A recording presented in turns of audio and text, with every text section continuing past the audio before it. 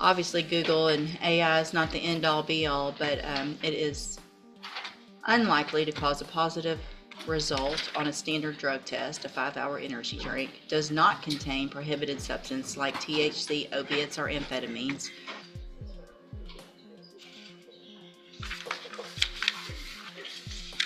Mr. Lewis, Mr. Garcia, come up, please, sir.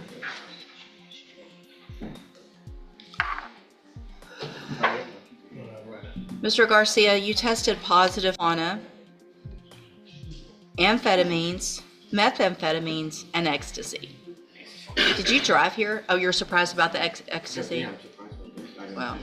I did smoking. I did relapse a few days ago. Yeah.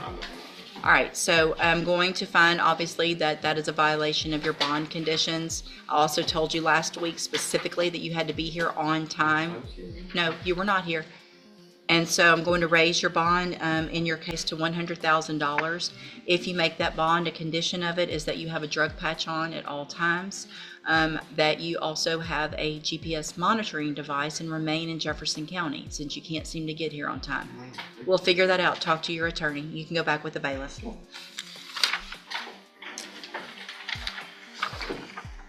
Wait on that one for a second. Give them a minute.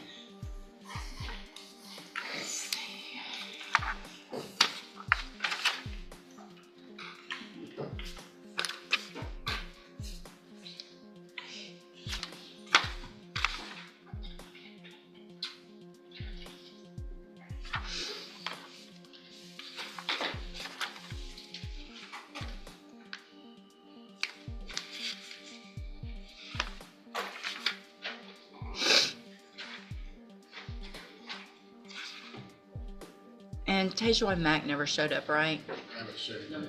Okay. And then Souls. Is Souls going to get taken care of still?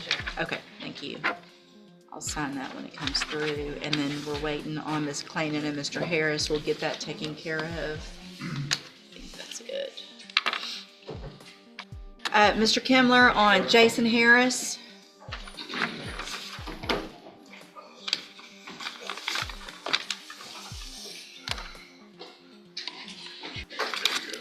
All right, Mr. Harris, this is 24 DCCR 2254.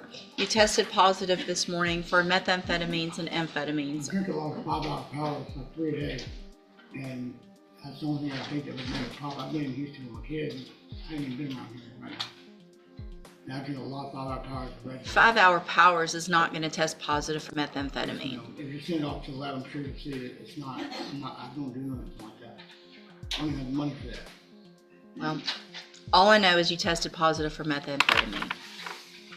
And obviously there's some concern because you were arrested while this case was pending. And Mr. Coleman figured that out. Hold on. So it was a traffic ticket. Just hold on. I would just observe if it's paraphernalia, that's a class C and normally those aren't arrestable. I mean, it is an arrestable offense, but normally it's just a ticket. So jail, I'm fine on the offense. Doesn't matter. If you're on bond for a felony, you shouldn't. I just asked you not to say anything else right now, okay? I'm just checking on something. Let her check.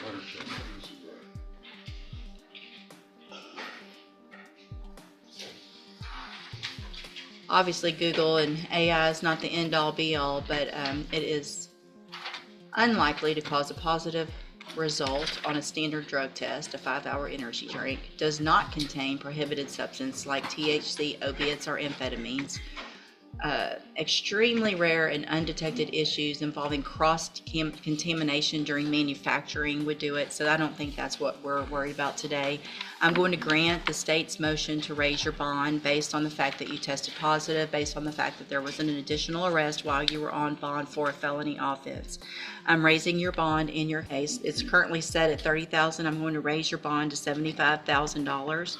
I'm going to order as a condition of that bond that you have a drug patch at all times, that you get it changed out as you're supposed to. Your case is still set for trial to begin with jury selection on Monday, and is everybody ready for that? That's right. Stay tuned. All right, I'll number the case. If you're in custody, we'll have you brought over for trial. If you're not, then you can talk to Mr. Kimler this morning, okay? All right, you can go back with the bailiff.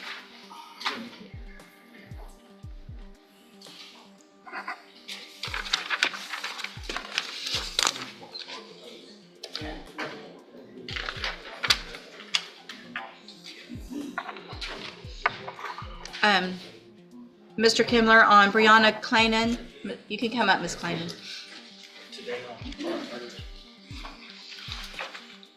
All right, Ms. Clayton tested negative, which is obviously good, and, No 5-hour energies. yeah, you never know about those energies. Stay away from Ms. Clayton, in cause number 25, DCCR 0446, you were previously in court, entered a plea of guilty to evading arrest or detention with the use of a vehicle. I have received the pre-sentence report. Has everyone had an opportunity to review that report? defense agent. Yes, Your Honor. Are there any additions or corrections? No from defense. Not from the state, Your Honor. What is everyone's position with regard to the recommendation in the pre-sentence report with regard to her addiction issues? The recommendation is ISF followed by JCDI program. Again, from the defense, Your Honor, the treatment is a continuum, I suppose, and since she's demonstrated, at least today, that she's drug-free, then I would suggest the court only ISF in advance and just see how she progresses on probation. Maybe perhaps with a drop program. Well, she's going to go through JCDI for sure, Or JCBA.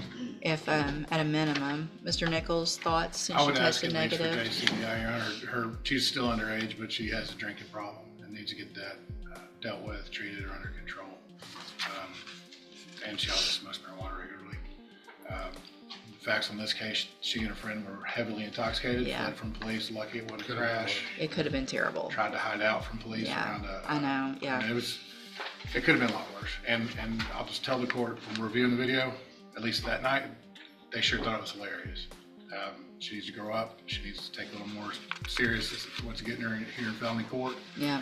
And You understand it's not funny.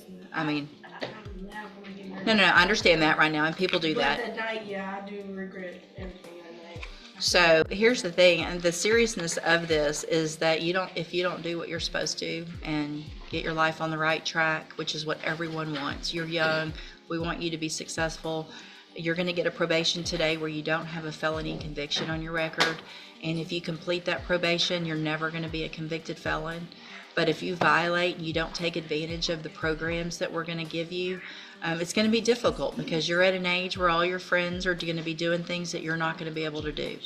But the alternative is prison for up to 10 years. So you need to think about that every time somebody says, oh, just come on out with us and do whatever. And your answer is going to be, I'll do that in a few years when I'm not on probation, right? Because I don't want to go to prison for 10 years.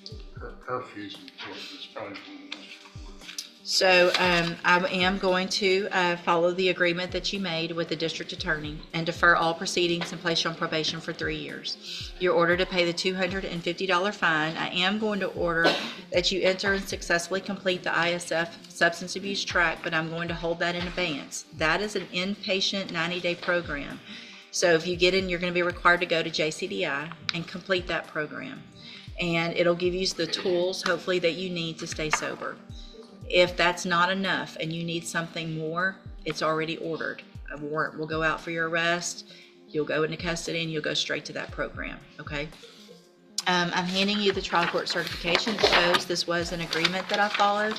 So you have waived your right to appeal. You just need to have a seat here in the courtroom. Probation will call you up when she's ready to go over your paperwork. Good luck to you, ma'am. thank you, Your Honor. Thank you.